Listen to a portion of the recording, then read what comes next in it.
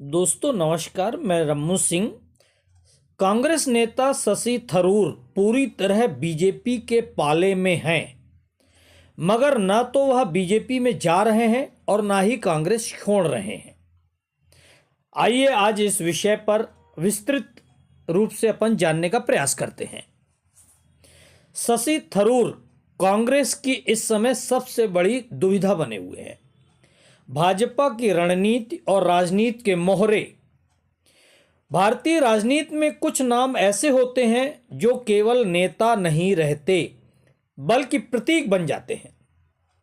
शशि थरूर आज ऐसे ही एक प्रतीक बन चुके हैं, एक ऐसे नेता का प्रतीक जो न पूरी तरह अपनी पार्टी के साथ दिखते हैं और न ही खुले तौर पर विपक्ष की कतार में खड़े हैं।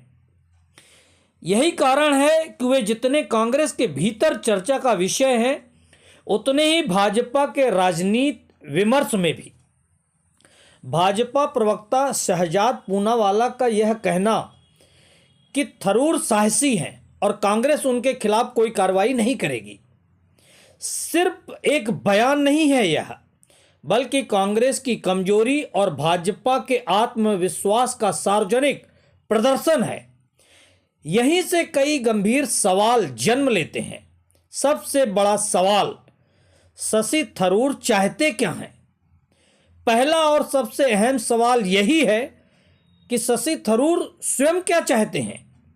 क्या वे कांग्रेस में रहकर सुधार करना चाहते हैं? क्या वे भाजपा के करीब जाकर अपने लिए भविष्य की कोई राजनीतिक जगह तलाश रहे हैं, या फिर वे उस स्थिति में हैं जहां उनके पास विकल्प बहुत सीमित हो चुके हैं? राजनीतिक जानकारों का मानना है कि थरूर अब निर्णयकर्ता नहीं, बल्कि निर्णयों के बीच फंसे हुए एक ऐसे मोहरे बनते जा रहे हैं जिसे इस्तेमाल किया जा रहा है। और अगर यह मोहरा है तो सवाल उठता है किसका? फाइल राजनीति और भाजपा की कार्यशैली। इस पूरे घटनाक्रम को समझने के लिए कांग्रेस के वरिष्ठ नेता, पूर्व मंत्री और विधानसभा उपाध्यक्ष, वर्तमान विधायक डॉक्टर राजेंद्र कुमार सिंह द्वारा मुझे दिए गए उस इंटरव्यू पर गंभीरता से विचार करना होगा, जिसमें उन्होंने साफ कहा कि भाजपा जिस भी नेता को घेरना चाहती है या उसे अपने पाले में लाना चाहती है, उसकी फाइल बहुत पहले से तैयार कर ली जाती है। अब सवाल उठता है, यह फाइल क्या होती है? जानकारों के अनुसार यह कोई साधारण राजनीतिक प्रोफाइल नहीं, बल्कि नेता के आर्थिक, प्रशासनिक और व्यक्तिगत कमजोरियों का दस्तावेज होती है। अब यह बात भी स्वीकार करनी होगी कि देश की राजनीति में अधिकांश नेता किसी न किसी रूप में सत्ता का दुरुपयोग करते रहे हैं। यहां एक बात स्पष्ट करना जरूरी है, यह आरोप हर नेता पर नहीं बल्कि अधिकांश पर है। कोई जमीन के खेल में है, कोई खनन में, कोई शराब या रेत के कारोबार में, कोई अपनों को गलत तरीकों से नौकरियों और पदों पर बैठाने में। अगर सब कुछ वैध और पारदर्शी होता तो डर और दबाव की राजनीति का अस्तित्व ही नहीं होता। थरूर भाजपा के मोहरे क्यों? अब सवाल यह नहीं रह जाता कि शशि थरूर भाजपा में क्यों नहीं जा रहे, बल्कि यह हो जाता है कि वे भाजपा के लिए उपयोगी क्यों बने हुए हैं। भाजपा के लिए थरूर एक आदर्श उपकरण है।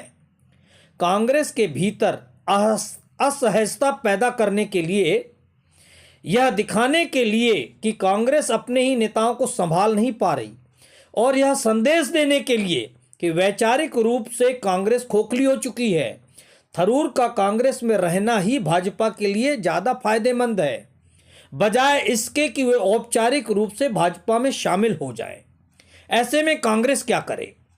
यहाँ कांग्रेस के सामने सबसे कठिन लेकिन जरूरी सवाल खड़ा होता है, उसे क्या करना चाहिए?